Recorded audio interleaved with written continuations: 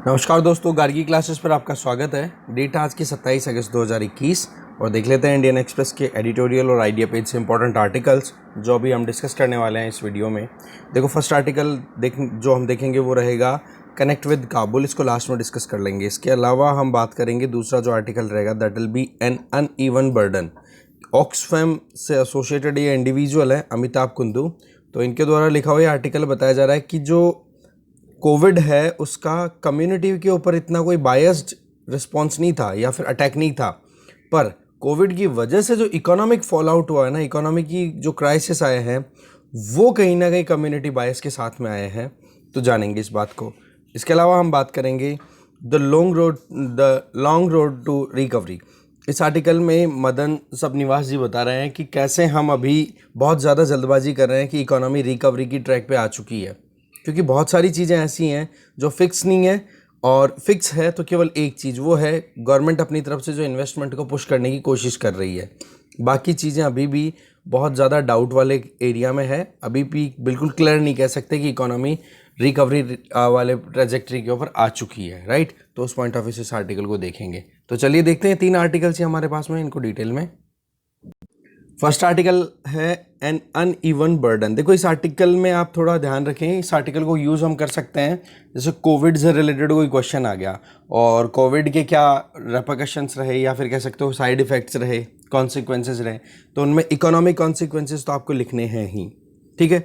तो अमिताभ कुंदू जी यहाँ बताना चाह रहे हैं, कभी कल परसों की न्यूज़ है जहाँ पर एक बेंगल सेलर, उसके ऊपर अटैक किया जाता है और उसको मारा पीटा जाता है, ठीक है। और इस बात को लेकर के हाईलाइट जो होती है बात वो ये कि भाई हिंदुओं के नाम के ऊपर ये मुस्लिम के ऊपर अटैक होता है। तो एक तरफ तो देखो बहुत सारे स्टेट्स में भी आपको पता है बीजेपी का रूल चल रहा है, दूसरी तरफ आप देख सकते हो कि यहाँ पर ऐसे तो राजस्थान में अजमेर की भी एक न्यूज़ थी, कल परसों की न्यूज़ थी, जिसमें ये बताया जा रहा था कि कुछ लोगों ने मिल कर के और एक इंडिविजुअल को बहुत ज़्यादा मारा पीटा और ये कहा कि तू पाकिस्तान चला जा, ठीक है। तो ऐसे स्टेटमेंट कोई ऐसा नहीं है कि केवल एक बीजेपी रूलिंग स्टेट्स में ही ऐसा कुछ निकल के आ रहा है। आप देखो अभी राजस्थान में तो आपको पता ही है कि क्या सीन चल रहा है। राजस्थान में तो कांग्रेस की गवर्नमेंट चल रही है। तो पॉइंट यहाँ पर ये आ रहा है कि एक तो हिंदुइज्म वाला जो डोमिनेशन है, नंबर 1, नंबर 2, ये हिंदुइज्म का जो डोमिनेशन है इसके चलते बहुत सारे जो लीडर्स हैं, बहुत सारे जो आइकन्स हैं, वो भी अपनी जो कहते हैं ना, उनकी एक्टिविटीज़ इस तरीके से हो रही है कि जो वो लिबरल बिहेवियर करते हैं, जिससे कि उनको पब्लिक डोमेन में एक्सेप्टेबिलिटी मिलती रहे और उनकी पिक्चरें हैं या फिर कुछ भी है, उनकी एक्टिविटीज़ हैं वो चलती रहे और उनकी आइडेंटिटी बढ़ती चली जाए। तो ये जो कम्युनल प्रिजुडाइस है ना, ये कम नहीं हो रहा है, बिल्कुल भी डाउन नहीं हो रहा है, ठीक है। बोला तो ये गया था कि टाइम के साथ में सब कुछ ख़त्म हो जाएगा, क्योंकि जब आप देखोगे जब हम इंडिपेंडेंट हुए थे, इंडिपेंडेंस से जस्ट पहले दिन ही 14 अगस्त 1947 को पार्टीशन हुआ था। पार्टीशन की बेसिस क्या थे? कम्युनल लाइंस, ठीक है, रिलीजन के नाम पे डिवीज़न हुआ था। पर वो डिवीज़न जो है वो आज तक भी ख़त्म नहीं हुआ है, चाहे हम कितना ही टाइम बिता लें। एक तरफ जो ऑर्डिनरी इंडिविजुअल के साथ में, ऑर्डिनरी सिटीजन के लिए जो टॉलरेंस होनी चाहिए, वो टॉलरेंस बहुत कम हो रही है, ठीक है। अब आप देखो इसके अंदर बात आ जाती है पेंडेमिक की। पेंडेमिक की शुरुआत हमारे यहाँ पर मानी जाती है 2020 में, ठीक है। और बहुत सारे जो सोशल ग्रुप्स हैं उनका ये कहना था कि कुछ एक ग्रुप्स है ना सोसाइटी के अंदर, वो ज़्यादा एक तरीके से ज़्यादा सुपर स्प्रेडर का काम कर रहे थे, और उसमें भी मेनली किस पर फोकस किया गया था? रिलीजन लाइन के ऊपर ही। पर फिर बात आ जाती है कि अब हम एक तरफ तो पेंडेमिक की बात करें, एक तरफ हमने ऑलरेडी जो एग्जिस्टिंग सिनेरियो है उसके बारे में देखा कि कम्युनल लाइन के ऊपर है, और एक सोसाइटी में भी आप देख सकते हो कि जो अपर स्ट्रेटा में रहने वाले लोग हैं और लोअर स्ट्रेटा में रहने वाले लोग हैं एक सोसाइटी के अंदर, मतलब upper caste, lower caste, upper class, lower class, उस तरीके से, राइट। तो अब इन सारे सेगमेंट्स को एक बार देखें और साथ में अब आप इन तीनों को एक साथ पिक करो पेंडेमिक में, ठीक है, तब आपको एक अलग ही सिनेरियो देखने को मिलता है। देखो जी, अभी रिसेंटली ये जो पीरियडिक लेबर फोर्स सर्वे की डिटेल आई है 2019-20 की, इसको कंपेयर कर रहे हैं हम। देखो, एक तो देखेंगे अप्रैल जून 2020, मतलब पेंडेमिक क्वार्टर इसको बोला जाएगा, ओके। और इसको कंपेयर हम करेंगे जनवरी मार्च 2020 के साथ में। इसका मतलब क्या हो गया कि पेंडेमिक के बाद का क्वार्टर और पेंडेमिक से जस्ट पहले का क्वार्टर, और इसको हम कंपेयर करेंगे अप्रैल जून 2019। तो 2019 में क्या सिचुएशन थी? 2020 में पेंडेमिक आउटब्रेक हुआ, उसके पहले क्या सिचुएशन थी, और फिर 2020 में पेंडेमिक आउटब्रेक हुआ, उसके बाद में क्या सिचुएशन थी। इन तीनों सिचुएशन को अगर देखेंगे तो हमें फिर क्लियर पिक्चर देखने को मिलेगी कि कितनी ज़्यादा इनइक्वालिटी इस वायरस ने फैलाई है। तभी तो ऑक्सफैम ने क्या बोला इस वायरस को, इनइक्वालिटी वायरस। क्योंकि जो पैसे वाले थे, जो अपर स्ट्रेटा में रह रहे थे सोसाइटी में, उनको तो वैसे ही प्रॉब्लम नहीं हुई। बोले ज़्यादा नुकसान किसको हुआ है, जो लोअर स्ट्रेटा में, चाहे वो रिलीजन पॉइंट ऑफ व्यू से माइनॉरिटीज़ की बात कर लो या फिर आप SC STs की बात कर लो, ठीक है, तो इनको ज़्यादा नुकसान हुआ है। या फिर अपर क्लास या लोअर क्लास में भी देखोगे तो लोअर क्लास में जो लोग हैं जिनकी इनकम लेवल बहुत ही कम है, तो अनएम्प्लॉयमेंट रेट का भी उनको नुकसान उठाना पड़ा है, तो दूसरी तरफ उनके वेजेस भी डाउन हो गए हैं। तो ऐसे में लाइवलीहुड अर्न करना उनके लिए बहुत मुश्किल हो गया। और यही चीज़ हमने देखी थी RBI की बहुत सारी रिपोर्ट्स में कि जो कॉरपोरेट्स हैं, जो पैसे वाले कॉरपोरेट्स हैं, बड़े हाउसेस हैं, उनकी तो देखो प्रॉफिट्स राइज होते चले जा रहे हैं। ठीक है, आप इकोनॉमी पेज पे हम कितनी बार देखते हैं कि कौन कौन से हाउसेस का लगातार अब की बार इस क्वार्टर में इतना राइज हो गया, इस क्वार्टर में इतना राइज हो गया। और उसी के जस्ट ऑपोजिट आप देखो ग्राउंड रियलिटी कि जो एक कॉमन मैन है, चाहे वो रूरल एरिया में रहता हो चाहे अर्बन एरिया में रहता हो, उसके बहुत सारे लॉसेज हैं। और उन कॉमन मैन में भी कौन, जो ये नंबर्स में कम है ना, या तो वो माइनॉरिटीज़ हैं या फिर वो कोई भी ऐसे सोशल बैकग्राउंड से आते हैं जो पहले से कोई कुछ ना कुछ एट्रोसिटीज़ का जिन्होंने सामना किया है। तो ओवरऑल बात क्या आ गई कि इनइक्वालिटीज़ को और ज़्यादा बढ़ा दिया है इस वायरस ने। अब देख लेते हैं कुछ डेटा को, जिसमें राइटर सबसे पहले बताते हैं कि सेल्फ एम्प्लॉयमेंट वाली जो होती है ना सेगमेंट, उसमें देखा जाए तो वहाँ पर इस पेंडेमिक ने बहुत ही ज़्यादा अटैक किया है। जैसे स्ट्रीट वेंडर्स हो गए या खुद की कोई किराने की दुकानें तो खैर चली हैं, बाकी खुद ने कुछ भी कर रखा है घर में। आपके घर में भी आपने ऐसे केसेस देखे होंगे कि जिन्होंने छोटा मोटा खुद का धंधा कर रखा है, उन लोगों के कितने ज़्यादा क्राइसिस चल रहे हैं, और मेनली तो सर्विस सेक्टर में। ठीक है, तो जो लोग हैं यहाँ पर देखो परसेंटेज ऑफ पीपल जिनको काम नहीं मिला, कौन से लोग, ये सेल्फ एम्प्लॉयड पेंडेमिक के बाद में। ठीक है, तो उसकी आप देखो कि पहले 6.1% तो रूरल एरिया में और 7.6% अर्बन एरियाज़ में जॉब नहीं मिलती थी। और उसके बाद में जैसे ही पेंडेमिक आउटब्रेक हुआ तो हमें क्या मिलता है कि 15.6% तो रूरल एरिया में काम नहीं मिल रहा है सेल्फ एम्प्लॉयमेंट में, और 29.9% लोगों को गाँव में आप कह सकते हो अर्बन एरियाज़ में जॉब नहीं मिल रही है। तो रूरल एरिया में थोड़ी कम लॉस हुआ है जॉब का सेल्फ एम्प्लॉयमेंट की अगर बात करें as compare to urban areas, क्योंकि रूरल एरियाज़ में आपको पता है कि नरेगा या फिर बहुत सारी स्कीम्स चलती रहती हैं, तो उनके चलते उनको काम मिल गया। तो पॉइंट यहाँ पर क्या आ गया कि एक तो अर्बन एरियाज़ के रूरल एरियाज़ के कंपेरिजन में अर्बन एरियाज़ में जो सेल्फ एम्प्लॉयड लोग थे उनका रोज़गार उनके हाथों से निकल गया। चीज़ क्लियर है। और इसका फिर आपको एक स्क्यूड बिहेवियर देखने को मिलेगा जेंडर और कम्युनिटी बेसिस पे, जैसे कि फीमेल जो हैं उनका जॉब लॉस ज़्यादा हुआ है सेल्फ एम्प्लॉयमेंट में as compare to males, number 1। Number 2, communities में अगर देखोगे तो अपर क्लास को इतनी ज़्यादा लॉसेस का सामना नहीं करना पड़ रहा जितना लोअर क्लास को करना पड़ रहा है अर्बन एरियाज़ में, और लोअर कास्ट को ज़्यादा परेशानी का सामना करना पड़ रहा है गाँव में। क्लियर है यहाँ तक। दूसरा बात करते हैं हम रूरल एरियाज़ में वो लोग जो अपना काम करते हैं पर उनको काम नहीं मिला। ठीक है, तो सेल्फ एम्प्लॉयड की हमने बात की, तो SC ST और मुस्लिम पॉपुलेशन के हिसाब से देखा जाए या फिर अदर 3 कैटेगरीज में हम यहाँ पर देखेंगे रूरल एरियाज में। ठीक है, क्या SC ST पॉपुलेशन, ठीक है, ये हो गए आपके शेड्यूल कास्ट शेड्यूल ट्राइब, एक हो गए माइनर मुस्लिम्स, और एक इसके अलावा अदर कैटेगरी में जो लोग हैं, तो इनके पास में पहले जॉब नहीं हुआ करती थी। 6.9%, 8.6% और 5.5% पेंडेमिक से पहले। और पेंडेमिक आउटब्रेक के बाद में आप देखो कि सबसे ज़्यादा परेशानी किसको हुई है, मुस्लिम्स, जो कि 8.6% सेल्फ एम्प्लॉयड काम करना चाह रहे थे, खुद का चला करके छोटा मोटा धंधा, पर वो नहीं हो रहा, और वो बढ़ करके उनके लॉस कितने हो गए, मतलब कितने लोग इनके पास मतलब सेल्फ एम्प्लॉयड थे, उनकी रोजगार चली गई अराउंड 27.5%। ठीक है, ये अपने आप में बहुत बड़ा फिगर है। फिर दूसरे नंबर पे आपको पता है SC ST आ गई, मतलब कि सोसाइटी में जिन लोगों को आप ऑलरेडी मार्जिनलाइज कर रखा है आप लोगों ने, मतलब हमारी सोसाइटी के अंदर, उनको और ज़्यादा प्रॉब्लम का सामना करना पड़ रहा है। और इसमें मेन तो है मुस्लिम्स, फिर दूसरे लेवल पे आ जाता है SC STs। ठीक है, अब देखो लॉकडाउन लग जाता है, लॉकडाउन के बाद में बहुत सारे रेस्ट्रिक्शंस हमारे यहाँ पर अप्लाई कर दी जाती है, तो इस लॉकडाउन का असर भी है ना कम्युनिटी में डिफरेंट सेक्शंस में डिफरेंट वेज में अप्लाई होता है। ठीक है, अब आप देखो कि जिन लोगों के पास में नौकरी नहीं थी, अब हम पहले तो हमने सेल्फ एम्प्लॉयमेंट की बात की है, अब मान लो किसी के अंडर में आप काम कर रहे हो, तो वहाँ पर जो SC STs हैं उनके पास में तो 7.7% तक जॉब नहीं थी, बाकियों को मिल जाती थी। 11% मुस्लिम्स को जॉब नहीं मिलती थी और 7.1% अदर्स को जॉब नहीं मिलती थी। अब जैसे ही पेंडेमिक आउटब्रेक हुआ, लॉकडाउन लगा दिया, रिजल्ट क्या निकला कि जो SC/ST कम्युनिटी के 39.2% लोग हैं वो बेरोजगार हो गए।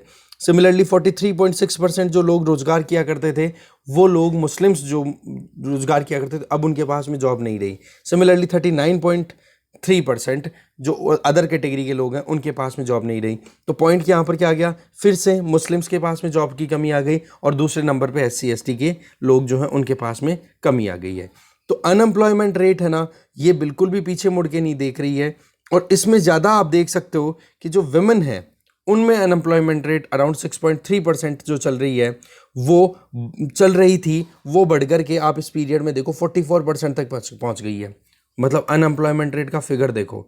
जबकि दूसरी तरफ आप देखो कि मेंस में देखो तो 7.8% अनएम्प्लॉयमेंट रेट चल रही थी, जो कि बढ़कर के पेंडेमिक के बाद में कितनी होगी, 39%। ये फर्स्ट क्वार्टर है कौन सा, पेंडेमिक के बाद का। ओके, तो ओवरऑल सिनेरियो क्या समझ में आ रहा है, एक तो जेंडर के बेसिस पे आपको डिस्क्रिमिनेशन देखने को मिल रहा है, एक आपको हमारी जो कम्युनिटी है, हमारी जो सोसाइटी है, उसमें कौन कौन सी कम्युनिटी ज़्यादा परेशानियों का सामना कर रही है। फिर बात आ जाती है देखो जी अर्निंग्स की।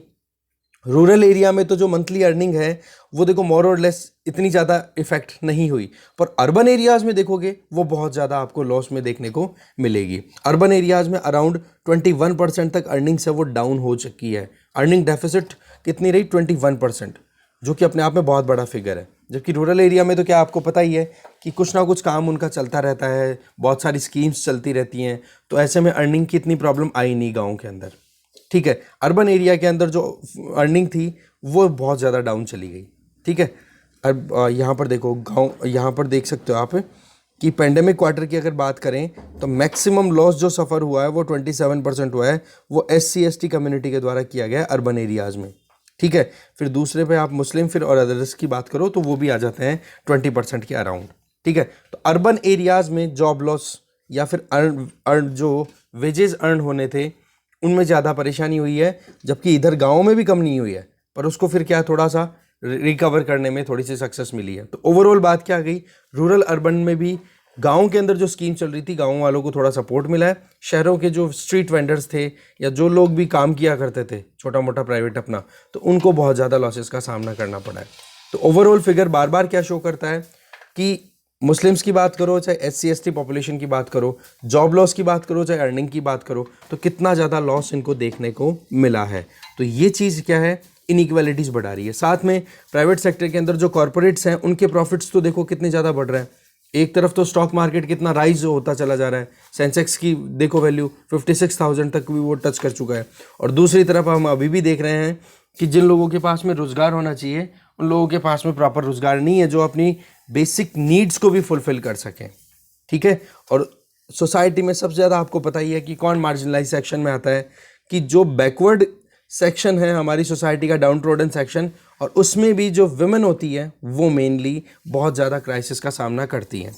ठीक है, तो पेंडेमिक तो जब आया ना तो इसने तो देखो बिल्कुल भी नहीं देखा कि हाँ भाई कौन सी कम्युनिटी को मुझे इन्फेक्ट करना है कौन सी को नहीं करना, वहाँ पर बायस बिल्कुल नहीं था।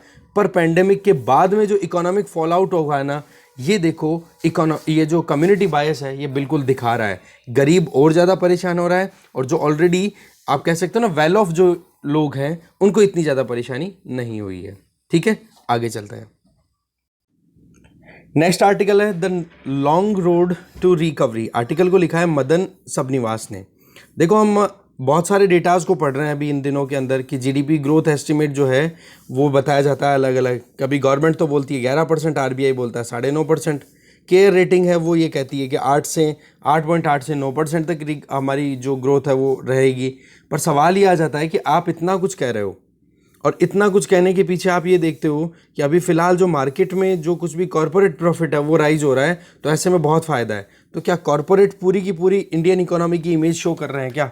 ये अपने आप में बहुत बड़ा क्वेश्चन है कि मतलब आप कुछ लोग जो कि इंडियन इकोनॉमी के अंदर बहुत बड़ा रोल प्ले करते हैं उन लोगों को देख करके आप ये बोल देते हो कि इकोनॉमी है वो रिकवरी की ट्रैजेक्टरी पे है, पर जबकि बहुत बड़ा हिस्सा जो कि अभी भी क्राइसिस का सामना कर रहा है, जैसे कि प्रीवियस आर्टिकल में हमने देखा, उसको आप इग्नोर कर रहे हो। फिर ये कहते हो कि इकोनॉमी रिकवरी की ट्रैजेक्टरी पे है, तो इसको हमें थोड़ा सा एक बार रिमाइंड या रीथिंक करने की ज़रूरत है।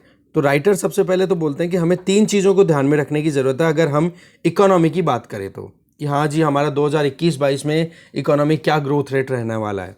तो एक तो ये कि आपके पास में जो पिछला ईयर है जिसको आप रेफरेंस ईयर के तौर पे कम यूज़ करोगे जब भी करंट प्राइस की बात आएगी जीडीपी को कैलकुलेट करने की, या फिर आप बात करोगे नॉमिनल जो आपकी ग्रोथ रेट है उसकी, क्योंकि आप पिछले साल से कंपेयर करते हो नॉमिनल ग्रोथ रेट में या करंट प्राइसेस जो भी लेते हो। ठीक है, तो 2021-22 के लिए करंट प्राइसेस कहाँ से लोगे 2020-21 की, तो 2020-21 में तो हमारी इकोनॉमी 7.3% से कॉन्ट्रैक्ट कर गई थी।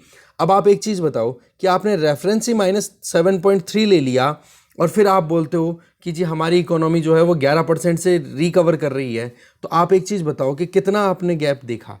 -7.3 पिछले साल का आपका कॉन्ट्रैक्शन था और अब 11%, तो नेट तो आपकी इकोनॉमी यहाँ से अगर सीधी सीधी भी निकाले ना तो नेट तो इकोनॉमी कितना ग्रो कर रही है 11 और -7.3, और आपको 4% से भी कम ग्रोथ रेट है यहाँ पर सीधी सीधी, अगर ये भी देखे डिफरेंस भी देखा जाए तो। एक तो ये ध्यान रखो कि जी पिछले साल के अंदर आपकी इकोनॉमिक ग्रोथ रेट रही थी 7.3% से डिक्लाइन कर गई थी। ठीक है, अब आप जा रहे हो कहाँ, अपवर्ड डायरेक्शन की तरफ, तो एक तो ये मैनेज कर लो। ठीक है, दूसरी चीज़ क्या है कि लॉकडाउन आपने लगाया, तो लॉकडाउन में जब आपने एप्लीकेशन जब हुई थी हमारे यहाँ पर इस साल में 2 महीने लग चुकी है।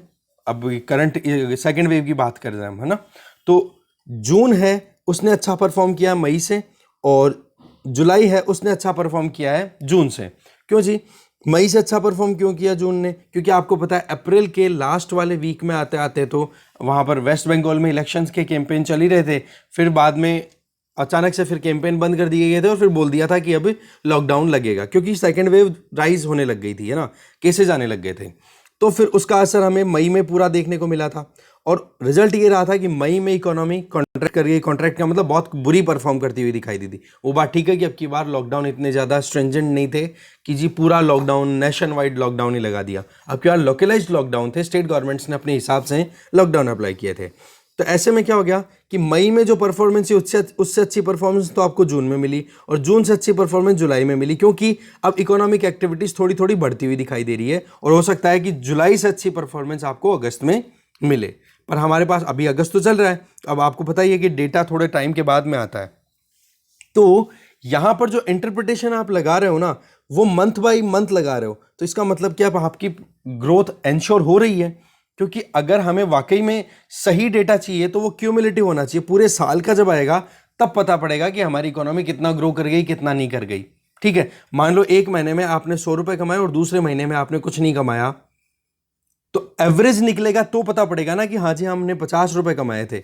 और ऐसा होता है कि जब आप ओवरऑल मान लो कि आपने जैसे जीएस पेपर 1 की आप तैयारी करते हो, अब आप उसमें हिस्ट्री पढ़ते हो, सोसाइटी भी पढ़ते हो, ज्योग्राफी भी पढ़ते हो, ठीक है, अलग अलग सेगमेंट्स आप कवर कर रहे हो। अब आपने ओवरऑल जब तक नहीं निकाला, ठीक है, अब आपकी सोसाइटी वीक है, हिस्ट्री और ज्योग्राफी आप अच्छी कवर कर लेते हो, तो इन दोनों में अच्छा स्कोर कर दिया, इसमें कम कर दिया, तो इसका मतलब ये थोड़ी ना हो गया कि आप बिल्कुल फिसड्डी हो गए इस वाले पेपर के अंदर या बहुत ही अच्छा परफॉर्म कर गए। आपको एवरेज निकालना पड़ेगा, तब जाकर के आपको पता पड़ेगा कि हाँ जी 250 नंबर में से मेरे कितने नंबर स्कोर हो रहे हैं। तो पॉइंट यहाँ पर क्या निकल के आ रहा है, तो क्यूमुलेटिव नंबर के ऊपर अगर हम रिलाय करें तो वो ज़्यादा ठीक रहेगा। तीसरा जो पॉइंट है दैट इज कि हम यहाँ पर ये भी तो देखें कि आने वाला जो टाइम है, जैसे खरीफ की हार्वेस्टिंग हो जाएगी और साथ में फेस्टिवल सीजन भी आ रहा है, सितंबर मतलब नेक्स्ट मंथ से फेस्टिव सीजन शुरू हो जाएगा, तो वहां पर हमें देखना पड़ेगा कि एक्चुअल में कितना एंजेंडर हो रही है स्पेंडिंग। दैट मीन्स एंजेंडर का मतलब होता है कि आप कितना आप राइज देख रहे हो स्पेंडिंग के अंदर। तो 3 कंडीशंस आपको समझने की जरूरत है। एक तो पिछले साल की कंडीशन, एक आप देखो कि आप एक एक महीने की बजाय क्यूमुलेटिव डेटा को देखो, और तीसरा आप देखो कि आने वाला जो फेस्टिव सीजन है इसमें कैसी परफॉर्मेंस रहती है इकोनॉमी की, क्योंकि थर्ड वेव का डर भी तो लगातार बना हुआ है ना। तो ये तीनों चीजें देखोगे तब आपको एक क्लियर विजन या क्लियर सिचुएशन निकल के आएगी 2021-22 का जो फाइनेंशियल ईयर चल रहा है इसके बारे में। तो देखो अभी मीडिया हाउसेज में तो बार बार हम देख ही रहे हैं कि पेंडेमिक जो है वो जा चुका है, अब बिल्कुल भी नहीं है, और इकोनॉमी है वो लगातार बढ़ती चली जा रही है। गवर्नमेंट भी अपनी तरफ से बड़ी बड़ी स्कीम चला रही है, जैसे कि एक स्कीम का नाम यहाँ पर बताया जा रहा है प्रोडक्शन लिंक्ड इंसेंटिव स्कीम, कि जी आप प्रोडक्शन को इंक्रीज करो और उसके लिए सरकार आपको बेनिफिट देगी। पर सवाल ये आ रहा है कि मार्केट में डिमांड तो बिल्कुल पेंट ऑफ पड़ी है, पेंट ऑफ का मतलब बिल्कुल डाउन पड़ी है, पेंट अप सॉरी, ठीक है, पेंट अप डिमांड है, उसके बावजूद अगर आप प्रोडक्शन कर दोगे तो फिर क्या मतलब है? ठीक है, डिमांड को फुलफिल करने के लिए अगर आप प्रोडक्शन करो तो बात आई ना। अब पिछले आर्टिकल में हमने देखा भी था कि किस तरीके से इकोनॉमिक परफॉर्मेंसेज हैं वो डाउन चलती होती चली जा रही हैं, राइट। इसके अलावा बहुत सारे स्पीच आ रहे हैं, और स्पीच भी, और हर एक तरीके से मतलब माहौल कैसा बना हुआ है कि हम केवल और केवल पॉजिटिव डायरेक्शन की तरफ जा रहे हैं। जी, जाना भी चाहिए, पर कुछ कैविएट्स हैं, कुछ वार्निंग्स हैं, उनको भी हमें अंडरस्टैंड करने की ज़रूरत है। बहुत सारे इंडिकेटर्स हैं जिनके बेसिस पे हम देखते हैं कि वाकई में इकोनॉमी ग्रो कर रही है या फिर डिक्लाइन कर रही है, जिसमें एक तो आ जाता है पीएमआई, जो कि परचेजिंग मैनेजर इंडेक्स जो होता है ना, मैन्युफैक्चरिंग और सर्विस के लिए। वो ये कहता है कि प्रीवियस मंथ में अच्छा परफॉर्म किया। बस बात वही आ गई ना कि पिछले मंथ की आप बात कर रहे हो, साल की एक बार बात करो ना, एक बार ईयर ऑन ईयर ग्रोथ की बात कर लोगे तब आपको पता पड़ेगा। ठीक है, तो उसके लिए वेट एंड वॉच वाली सिचुएशन एक तो होनी चाहिए। ऐसे ही जो index of industrial production IIP है, उसमें कोर सेक्टर के नंबर्स क्या आ रहे हैं, कोर सेक्टर कैसा परफॉर्म कर रहा है। ठीक है, उसमें भी हमें देखना पड़ेगा कि पिछले साल का जो बेस नंबर है, क्योंकि पिछले साल तो आपको पता ही है कि इकोनॉमिक एक्टिविटीज़ इस टाइम पे अगस्त में भी अभी अच्छे से नहीं चल पा रही थी, क्योंकि फर्स्ट वेव प्रॉपर गई नहीं थी, और रही सही में लॉकडाउन का जो असर था, बिल्कुल जो एक कहता है ना चक्का जाम जो हो गया था इकोनॉमी का, एकदम से पूरे पहिए रुक गए थे इकोनॉमी के, उनको रीस्टार्ट करने में टाइम लग रहा था। तो बेस ईयर 2000 अगर देखो, बेस नंबर का मतलब क्या, पिछले साल के डेटा को अगर देखो और आज के टाइम पे आईआईपी के डेटा को आप कंपेयर कर रहे हो, तो इसका मतलब क्या हो गया, पिछले साल तो आपका अच्छा परफॉर्मेंस था ही नहीं। वहाँ पर मैन्युफैक्चरिंग तो माइनस में -48 समथिंग के लगभग मतलब परफॉर्मेंस आ रही थी मैन्युफैक्चरिंग की। तो उन चीज़ों को अगर आप कंपेयर करोगे आज के टाइम पे, तो आपको तो प्लस ही दिखेगा, चाहे आज के टाइम पे आप 1% की ग्रोथ क्यों ना करो। एक्चुअल में जो कंपैरिजन होगा ना, वो देखो 2020-21 की बजाय 2019-20 से करो तो पता पड़े। क्योंकि वैसे तो 2019-20 में भी हमारी इकोनॉमी इतना कोई अच्छा परफॉर्म नहीं कर रही थी, 4-4.5% के लगभग हमारी इकोनॉमिक ग्रोथ रेट थी। ठीक है, पर पॉइंट यहाँ पर क्या आ जाता है कि आप कंपेयर करो तो बेस को थोड़ा सा क्लियर करो, क्योंकि पेंडेमिक का असर पूरे पिछले साल में देखने को मिला था, और पेंडेमिक का असर देखने को मिला तो हमारी इकोनॉमी 7.3% से कॉन्ट्रैक्ट कर रही थी। उसी को अगर आप बेस मान करके कंपेयर करोगे तो 11% की अगर आप ग्रोथ रेट दिखा रहे हो ना, इसका मतलब वो रियल सेंस के अंदर 4 या 4.5% से ज़्यादा नहीं है।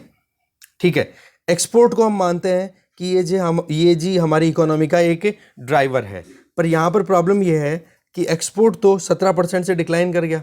दूसरा, जीएसटी कलेक्शन को भी एक आइडेंटिटी मानी जाती है कि हाँ जी, कंजम्पशन बढ़ेगा तो ये इनडायरेक्ट टैक्स है वो ज़्यादा से ज़्यादा लोग पे करेंगे। तो इसमें भी क्या है, वेरिएशन बहुत ज़्यादा, क्योंकि गवर्नमेंट ने तो पहले टारगेट बना लिया कि हम 1.5 लाख करोड़ रुपए का मार्केट से पैसा उठाएंगे। क्यों? क्योंकि स्टेट्स को हमने प्रॉमिस कर रखा है कि अगर जीएसटी कलेक्शन के चलते उनको लॉसेज होते हैं तो वो कॉम्पनसेट करेगी गवर्नमेंट कॉम्पनसेशन स्कीम के तहत। तो ऐसे में सरकार अगर 1.5 लाख करोड़ रुपए सेंट्रल गवर्नमेंट अगर मार्केट से राइज कर रही है, इसका मतलब ये हो गया कि जीएसटी कलेक्शन भी आपके पास में प्रॉपर नहीं आ रहा, शॉर्टफॉल्स के चांसेस पूरे हैं। तो ये चीज़ क्या क्लियर कर रहा है कि कंजम्पशन अभी भी रुका हुआ है, डिमांड जो है वो अभी भी अटकी पड़ी है। इसके अलावा हम कह सकते हैं कि इकोनॉमी का अगर जो एक्चुअल में बेस्ट इंडिकेटर है ना कि इकोनॉमी अच्छी परफॉर्म कर रही है या नहीं, अभी अगर केवल करंट सिचुएशन की बात की जाए तो केवल एक ऑप्शन हमारे पास में है, वो है फाइनेंशियल सेक्टर की क्या परफॉर्मेंस है। और उसमें भी क्या है, बैंक क्रेडिट, कि लोग जो है वो बैंकों से उधार कितना ले रहे हैं, क्योंकि उधार कौन लेगा, अपने खुद की कंपनी का प्रोडक्शन बढ़ाने के लिए, प्रोडक्शन कैपेसिटी को इंक्रीज़ करने के लिए, और क्रेडिट ग्रोथ है वो -0.4% चल रही है। तो ये रियलिटी है, ये जुलाई की बात है। ठीक है, तो ये एक सीधा का सीधा पिक्चर एकदम क्लियर आ रही है कि जब उधार ही नहीं लिया जा रहा, जबकि गवर्नमेंट अपनी तरफ से आरबीआई को कह के अकोमोडेटिव स्टांस लगा रही है, लगातार आरबीआई अपनी तरफ से जो पॉलिसी रेट है, जैसे रेपो रेट है, उसको 4% या उससे भी कम करने की इच्छा रखती है, अभी भी बिल्कुल बढ़ाने की कोशिश नहीं है। जबकि मार्केट में आपको पता है कि इन्फ्लेशन का राइज भी देखने को मिल रहा है, जैसे कि कंज्यूमर प्राइस इंडेक्स के बेसिस पे अगर देखा जाए तो 6 पॉइंट समथिंग %, फिर बाद में थोड़ा सा जुलाई में आते आते थोड़ा डाउन हुई है, वो 5.58 या समथिंग 5.59 समथिंग के लगभग सीपीआई के बेसिस पे इन्फ्लेशन चल रही है, रिटेल इन्फ्लेशन जिसको हम बोलते हैं, और होलसेल इन्फ्लेशन है वो भी थोड़ी सी डाउन हुई है। पर सवाल ये है कि इन्फ्लेशन को तो आपने ट्रांजिशनल बोल दिया कि अभी क्या है कि हम थोड़ा थोड़ा इकोनॉमी में एक्टिविटीज़ बढ़ रही है, तो अचानक से सप्लाई जो है वो क्या बोलते हैं, सप्लाई साइड से ही ये इन्फ्लेशन बढ़ रही है, सप्लाई इतनी ज़्यादा बढ़ नहीं पा रही है।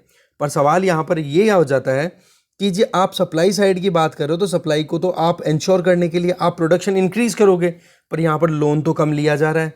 कल एक रिपोर्ट भी थी जिसमें निर्मला सीतारमन जी से सवाल किया गया था कि कासा कासा का मतलब होता है current account and saving account, बोला इनमें डिपॉजिट्स हैं वो लगातार गिरते चले जा रहे हैं, या फिर इनके ऊपर डिपॉजिट्स पे रिटर्न बहुत कम मिल रहा है। तो लोग क्या कर रहे हैं कि डिपॉजिट, वही बात है कहाँ खर्च करें, उनके पास में इन्वेस्टमेंट के लिए कोई इतना अच्छा स्कोप दिख ही नहीं रहा है। तो बोले कासा के ऊपर रिटर्न बहुत कम मिल रहा है। वजह क्योंकि बैंक क्या करते हैं, बैंकिंग का काम क्या है बैंकों का, सिंपल सी बात है कि जिन लोगों के पास में सरप्लस में पैसा है उन लोगों से तो पैसा डिपॉजिट कराए और ये कह दे कि आपको जितना पैसा आप डिपॉजिट कराओगे उसको आप एक पर्टिकुलर इंटरेस्ट रेट के बेसिस के ऊपर कुछ ना कुछ रिटर्न मिलता रहेगा। मतलब आपका पैसा जो है वो फालतू नहीं पड़ा रहेगा, कुछ ना कुछ आपको रिटर्न मिलता रहेगा। और फिर उस पैसे को बैंक क्या करेंगे, जो भी नीडी लोग हैं उनको यहाँ पर जो रिटर्न दे रहा था ना डिपॉजिटर्स को, उसके कंपैरिजन में थोड़ी हायर इंटरेस्ट रेट के ऊपर लोन दे दिया जाएगा। इससे क्या हो जाएगा कि जो हायर इंटरेस्ट रेट है उसमें से एक पार्ट है वो तो पे कर दिया जाएगा डिपॉजिटर्स को, और उसके बाद में बचा हुआ जो हिस्सा है वो बैंक अपनी खुद की मेंटेनेंस और मैनेजमेंट में काम में लेता है। तो ओवरऑल बात क्या होगी, बैंकिंग का मतलब कि एक हाथ से लेते हो दूसरे हाथ से देते हो, पर उनके अंदर आपको इंटरेस्ट थोड़ा सा गेन करना होता है, खुद की भी सस्टेनेबिलिटी इंश्योर करनी है और जो डिपॉजिटर्स हैं उनके भी इंटरेस्ट फुलफिल करना है आपको। पर सवाल ये आ जाता है कि डिपॉजिट्स तो बढ़ रहे हैं पर लोग लोन ही नहीं ले रहे, तो बैंकों पर भी बर्डन बढ़ रहा है। ये बैंकों के खुद के कंसर्न्स हैं, कल रेज किए उन्होंने कि कोई लोन ही नहीं ले रहा हमारे यहाँ पर। और दूसरी तरफ बैंक भी है ना लोन देने में हिचकिचा रहे हैं, क्योंकि आपको पता है एनपीएज हैं बहुत ज़्यादा बढ़ चुके हैं। बैड बैंक है वो लगभग 6,000 करोड़ रुपए के अमाउंट के बेसिस के ऊपर बैड बैंक स्टैब्लिश करने की बात की गई है। ठीक है, जो इंडियन बैंक एसोसिएशन है उन्होंने अपनी तरफ से एक रिक्वेस्ट भी डाल दिया आरबीआई में लाइसेंस के लिए। तो एनपीए हमारे यहाँ पर ऑलरेडी बढ़ चुका है। ठीक है, तो बैंक भी क्या हिचकिचा रहे हैं। ओके, अब आप देखो कि ये सारे सिनेरियो क्या शो कर रहा है, डाउट कि भाई इकोनॉमिक रिकवरी प्रॉपर नहीं है अभी भी। इसके अलावा यहां पर आप देख सकते हो कि होटल्स और रेस्टोरेंट, सर्विस सेक्टर की बात करो, सर्विस सेक्टर में एंटरटेनमेंट और रिटेल मॉल्स बहुत मुश्किलों से थोड़ा थोड़ा बढ़ पा रहे हैं, अभी भी बहुत हद तक मतलब ऑक्यूपेंसी आ ही नहीं रही है, लोग मूवी देखने अभी भी हॉल्स में नहीं जा रहे हैं, वेब सीरीज इस पर डिपेंडेंट है। दूसरी तरफ होटल्स की, रेस्टोरेंट की इनकी बात करो, ये थोड़ा थोड़ा अपने ऑपरेशंस को स्टार्ट कर रहे हैं, पर फिर भी जो ग्रोथ होनी चाहिए ना, क्रेडिट ग्रोथ, उधार लेने का जो बैंकों से कि जी हम हमारी खुद की कैपेसिटी को राइज करेंगे, वो अभी भी नेगेटिव टेरिटरी में चल रही है, जो कि हमें डाउट वाले घेरे में डालती है। फिर बात आ जाती है डेट मार्केट की, जो उधार लेने वाला जो मार्केट है जहाँ पे बॉन्ड्स इश्यू किए जाते हैं, तो ये एक इन्वेस्टमेंट के लिए आप कह सकते हो, इसके ऊपर हम थोड़ा ध्यान दें। देखो इस तरफ कोशिशें तो बहुत ज़्यादा की जा रही है, अलग अलग स्कीम्स लाई जा रही हैं कि कैसे भी करके इन्वेस्टमेंट को रिवाइवल दिया जाए। ठीक है, चाहे प्राइवेट सेक्टर से करे, चाहे सरकार खुद करना चाहे अपने हिसाब से मनी को राइज करना। अब मनी राइज तो हो रही है, पर डेट इश्यूएंस है ना, वो जितना होना चाहिए उतना नहीं है। दैट मीन्स बॉन्ड जितने रिलीज करने चाहिए उतने नंबर्स में, उतनी क्वांटिटी में या उतनी क्वालिटी में राइज नहीं हो रहे हैं। रिजल्ट क्या हो रहा है कि जो पैसा मोबिलाइज करना था पिछले साल में पेंडेमिक के टाइम पे भी लगभग 2.57 लाख करोड़ रुपए मोबिलाइज कर लिए गए थे डेट मार्केट में, और अभी तक केवल 1.25 लाख करोड़ किए हैं, जबकि अब की बार लॉकडाउन इतना स्ट्रिंजेंट नहीं था। दैट मीन्स डेट मार्केट भी इतना अच्छा परफॉर्म नहीं कर रहा है। इसके अलावा फिर बात आ जाती है कि हम आने वाले टाइम पे जो देखें कि हाँ डिमांड क्या है, तो रूरल डिमांड है ना, ये तो देखो सिंपल सी बात है कि खरीफ क्रॉप अभी हार्वेस्ट होगी, अभी खरीफ क्रॉपिंग चल रही है, हार्वेस्टिंग हो जाएगी अक्टूबर लास्ट तक आते आते, तो उसके बाद में डिपेंड करता है कि गाँव में तो कितनी मांग बनने वाली है। वो बात ठीक है कि अभी तक तो चलो ठीक है कि थोड़ी रेनफॉल है, मोर और लेस ठीक ठाक है, पर हार्वेस्ट के बाद में जो सिचुएशन निकल के आएगी वो बताएगी कि गाँव में डिमांड कितनी है, क्योंकि इंडियन इकोनॉमी में रूरल डिमांड बहुत ज़्यादा इंपॉर्टेंट रोल प्ले करती है। आपने अगर 12th की एनसीईआरटी पढ़ी हो, 12th वाली जो India economy, human and economy geography वाला जो पोर्शन है, उसमें सीधा सा एक चीज़ क्या बताई जाती है कि किस तरीके से गांव और अर्बन एरियाज एक दूसरे पे रिलाई करते हैं। क्योंकि अर्बन एरियाज की जो रिक्वायरमेंट है, जैसे एग्रीकल्चरल प्रोडक्ट चाहिए हो, जैसे सब्जियां हो, फ्रूट्स हो, दूध हो, वो तो देखो गाँवों से अर्बन एरियाज में आ जाते हैं, और जो अर्बन एरियाज में जो मैन्युफैक्चर्ड प्रोडक्ट हैं वो गाँव में जाते हैं। तो ऐसे एक दूसरे पर डिपेंडेंसी रहती है, इंटरडिपेंडेंसी। हाँ, वो बात ठीक है कि जो इकोनॉमी है उसके लिए मेन जो न्यूक्ली है उसका काम कौन करता है, मेन न्यूक्लियस कौन है, अर्बन एरियाज। पर रूरल इकोनॉमी में भी अगर डिमांड नहीं होगी तो फिर अर्बन एरिया में जो प्रोड्यूस हुआ है वो कंज्यूम कौन करेगा, सारे अर्बन एरिया वाले तो कंज्यूम कर नहीं सकते हैं। तो ओवरऑल बात ये आ गई, खरीफ की अगर कंडीशन अच्छी रहती है तो इसका फ़ायदा क्या होगा, गाँव में डिमांड बढ़ जाएगी। इसके अलावा जो मार्केट है या फूड प्रोसेसिंग इंडस्ट्री है, उनके लिए सप्लाई शॉर्टेज भी नहीं होगी, तो इसका फ़ायदा ये हो जाएगा कि इन्फ्लेशन कंट्रोल में आ सकती है। पर डिपेंड ये करता है कि अक्टूबर के बाद में क्या सिचुएशन निकल के आती है। फिर बात आती है एम्प्लॉयमेंट जनरेशन की। देखो जी, CMIE का डेटा कुछ और कहता है, EPFO का जो डेटा है वो कुछ और ही कहता है, तो इनके बीच का कॉन्फ्लिक्ट ही अभी रिजॉल्व नहीं हो रहा है। ठीक है, पॉइंट ये आ जाता है कि अभी अनएम्प्लॉयमेंट ओवरऑल देखी जाए तो अनएम्प्लॉयमेंट रेट कम नहीं चल रही है, अच्छी खासी चल रही है। तो लोगों की अर्निंग लेवल भी बहुत कम है अभी, और अर्निंग लेवल कम है तो देखो जी डिमांड कैसे राइज होगी, है कि नहीं। तो इन चीज़ों पर भी ध्यान देना है। इन्फ्लेशन की बात हम ऑलरेडी कर ही चुके हैं कि इन्फ्लेशन अभी डबल डिजिट में जो है, क्या नाम है इसका, होलसेल प्राइस इंडेक्स है, वो उस पे बेसिस पे देखो होलसेल इन्फ्लेशन वो तो देखो डबल डिजिट में चल रही है। और दूसरी तरफ अगर हम देखें कि इधर रिटेल इन्फ्लेशन है वो भी 6% के लगभग चल रही है। ठीक है, तो ओवरऑल जो है डिमांड रुकी हुई है, तो ही ये हाल हो रहा है इन्फ्लेशन का। डिमांड राइज हो जाएगी तो कितनी और महंगाई बढ़ेगी, सोचो एक बार। तो वैसे तो चलो ठीक है कि इन्वेस्टमेंट है वो डिपेंड करता है किस चीज़ पे, कंजम्पशन पे, क्योंकि सीधी सी बात है मार्केट में डिमांड होगी तभी तो कंजम्पशन होगा। और अभी आपको पता है डिमांड क्या है, पेंटअप है।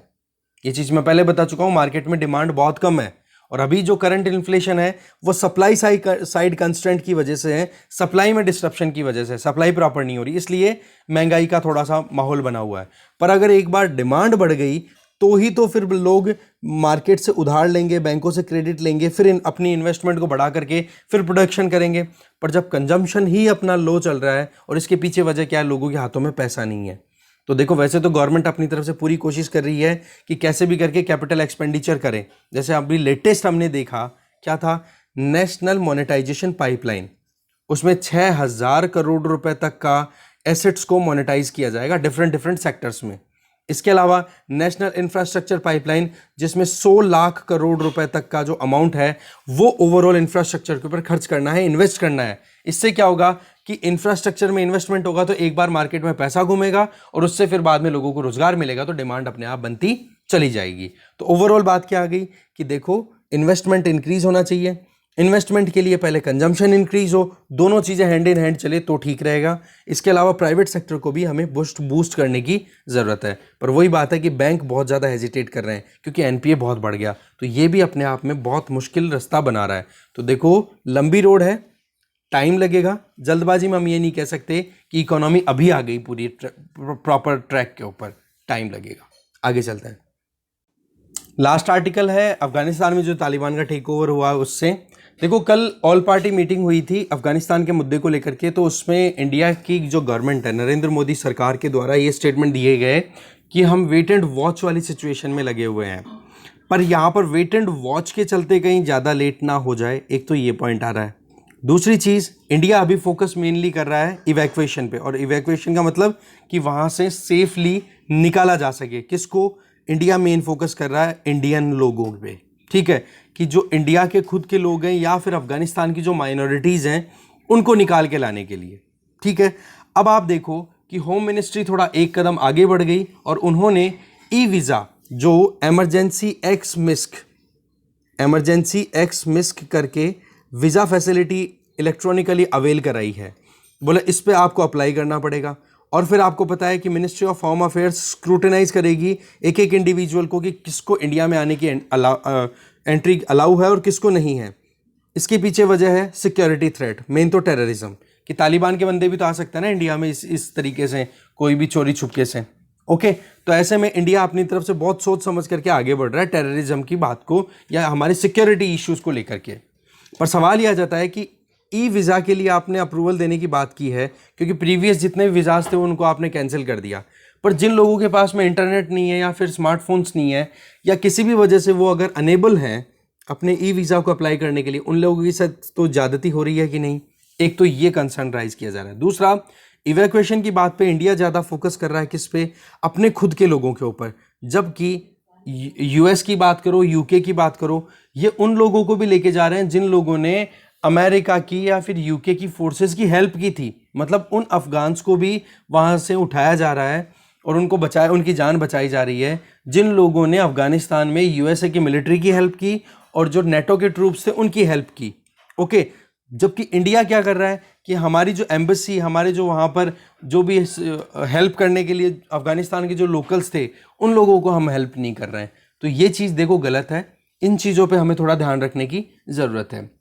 देखो, या तो इंडिया अपनी तरफ से खुद इनिशिएटिव ले ले, या फिर G7 कंट्रीज़ के साथ में मिलके, ठीक है, G7 कंट्रीज़ में मेनली ये जो वेस्टर्न कंट्रीज़ हैं जो कि आप देख सकते हो, या तो ह्यूमैनिटेरियन ह्यूमन राइट्स की बात करते हैं, डेमोक्रेटिक कंट्रीज़ हैं साथों के साथों, और इसके अलावा वो बहुत ही इकोनॉमिकली स्ट्रॉन्ग कंट्रीज़ में से हैं आते हैं।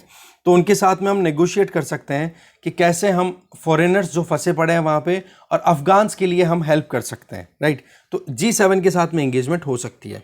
पर इंडिया का जो मेन कंसर्न है वो देखो टेररिज्म कि अभी जैसे यूनाइटेड नेशन सिक्योरिटी काउंसिल की प्रेसिडेंसी किसके हाथ में है? इंडिया के हाथ में, अगस्त के महीने में। तो इंडिया पहले से ही बोल रहा है लगातार कि अफगानिस्तान में रिजीम चेंज हो रहा है और तालिबान फिर से टेररिज्म के लिए अपने आप में इंपॉर्टेंट सेंचुरीज खोल देगा, जिसके लिए हमारे जो मुश्किल है वो रहती है एक तो लश्कर तैयबा के लिए और एक जैश ए मोहम्मद। ये कुछ दो मेन एक तरीके आप कह सकते हो कि टेररिस्ट ऑर्गेनाइजेशंस है जो कि अभी तो पाकिस्तान से चल रहे हैं, पर अफगानिस्तान के अंदर इसी तरीके से चलता रहा तो अफगानिस्तान भी इनके लिए एक रहने के लिए अच्छी खासी सेंचुरी तैयार हो जाएगी। फिर बात आ जाती है एजुकेशन की कि जी एजुकेशन के लिए आप वुमेन के लिए आप एजुकेशन के प्रोविज़न करवाने की पूरी बात करो और ह्यूमन राइट्स और वुमेन राइट्स को आप प्रोटेक्ट करने की बात करो। उसमें भी इंडिया अपने आप को आगे एक लीडर के तौर पे पुश कर सकता है। वैसे तो तालिबान ने अपनी तरफ से स्टेटमेंट दिए हैं कि एजुकेशन में वुमेन को हम बिल्कुल भी नहीं रोकेंगे, पर सवाल यह है कि को एजुकेशन मतलब कोएड जिसमें लड़के और लड़कियां साथ में पढ़ते हैं, बोलो वो बिल्कुल भी एक्सेप्टेड नहीं है। इवन पोस्ट ग्रेजुएट कोर्सेज में मतलब शुरू से लेके लास्ट तक लड़कियां अलग स्कूल में अलग एजुकेशन सिस्टम में पढ़ेंगी और लड़के बिल्कुल अलग, एक साथ कहीं पर भी नहीं पढ़ेंगे। पर यह चीज़ है कि तालिबान जो बोलता है क्या वो करेगा, ये डाउट वाली चीज़ है। वैसे तो देखो यूरोपियन यूनियन तो अपनी तरफ से इस चीज़ को लेकर के ऑब्जेक्ट करना शुरू भी कर चुकी है कि तालिबान बिल्कुल भी ह्यूमन राइट्स को प्रोटेक्ट नहीं करने वाला है। और इसका लेटेस्ट एग्जांपल क्या है, काबुल एयरपोर्ट के ऊपर जो फ्रंट पेज पे न्यूज़ है, काबुल एयरपोर्ट के ऊपर ब्लास्ट कर दिया और उसमें देखो लगभग 12 तो यूएस मिलिट्री के पर्सनल्स मारे गए। तालिबान इस चीज़ को देख करके तालिबान को पता है अच्छे से और बताया जा रहा है कि ये अटैक कंडक्ट किया है ISIS ने। अब आप एक चीज़ बताओ, कौन विश्वास करेगा अब तालिबान के ऊपर? अगर तालिबान खुद भी नहीं कर रहा, अगर ये बोले कि हमने नहीं कराया अटैक, कि जी अगर आपने नहीं कराया तो आपके रूल के टाइम के ऊपर आपका रिजीम चल रहा है ना, आपका कानून चलना शुरू हो गया, उस टाइम पर कोई टेररिस्ट एक्टिविटी अगर आपके ज़मीन पे हो रही तो उसकी जिम्मेदारी तो तालिबान को उठानी पड़ेगी ना। तो अब ये सिनेरियो चेंज होने वाला। अभी तो 31 अगस्त को लास्ट डेट थी विड्रॉ करने की। अब ये जो काबुल एयरपोर्ट पर अटैक हुआ है जिसमें 12 ट्रूप्स 12 मिलिट्री पर्सनल्स USA के वहाँ पर मर गए, तो उस केस में अब देखो थोड़ा सा यूटर्न का सिनेरियो बन सकता है, राइट। अब बाकी तो टाइम बताएगा क्या होता है। फिर बात आ जाती है, इंडिया अपनी तरफ से बोलता है कि हम ह्यूमैनिटेरियन असिस्टेंस देने के लिए रेडी हैं। तो ये बात चलो अच्छी बात है, और इंडिया ये भी बार बार कहता रहता है कि अफगानिस्तान में जो भी सरकार बने वो ऐसी हो जो कि सारे लोगों के लिए वेलफेयर का काम करे। अफगानिस्तान लेड अफगानिस्तान ऑन्ड, ठीक है, अफगान लेड अफगान ऑन्ड सरकार होनी चाहिए, सॉवरन अफगानिस्तान होना चाहिए, इंडिपेंडेंट अफगानिस्तान होना चाहिए। पर सवाल ये आ जाता है कि आज जिस तरीके से इंडिया अपने आप को वहाँ से निकाल रहा है, एक तो हम बोल रहे हैं ना वेट एंड वॉच, एक हम इवैक्यूएशन पे ध्यान दे रहे हैं। दोनों सिचुएशन में हमने अफगानिस्तान की ज़मीन को छोड़ दिया, अफगानिस्तान की ज़मीन को छोड़ दिया। अब इसको यूज़ कौन करेगा? पाकिस्तान और चाइना, और इस मौके को बिल्कुल भी नहीं चूक रहे हैं पाकिस्तान और चाइना। और पाकिस्तान चाइना की अगर अफगानिस्तान पे पकड़ अच्छी बन जाती है ना, तो मान के चलो सेंट्रल एशिया में भी पकड़ अपने आप बन गई। और सेंट्रल एशिया की एक्सेसिबिलिटी हमारी कहाँ से इंश्योर हो रही थी? हमारा टारगेट ये था कि चाबार पोर्ट होते हुए ईरान से हम अफगानिस्तान पहुँचेंगे और वहाँ से सेंट्रल एशिया पहुँचेंगे। अब अफगानिस्तान से जब हमारी ज़मीन ही हमारी ख़त्म हो चुकी है, तो उस केस में हमारे लिए क्या रह गया है? तालिबान के साथ में एंगेजमेंट करने के अलावा कोई ऑप्शन बच रहा है क्या? इसको हमें थोड़ा सा सोचने की ज़रूरत है। दूसरी चीज़ क्या कि अगर हम लोग तालिबान के साथ में एंगेज नहीं करते और तालिबान अपना रिजीम कंटिन्यू करता है, तो वहाँ पर पाकिस्तान और चाइना अपने खुद की जो भी अपने कह सकते हैं ना टारगेट्स हैं, उनको फुलफिल करने के लिए सारे एफर्ट्स लगाएंगे। तो वेट एंड वॉच हमारे लिए लॉस वाला एक काम हो सकता है। तो ये सारे सिनेरियोज हैं, इनके ऊपर सोचने की ज़रूरत है, काम करने की ज़रूरत है। ठीक है, आगे ये डिस्कशन में इतना ही था। Thank you very much.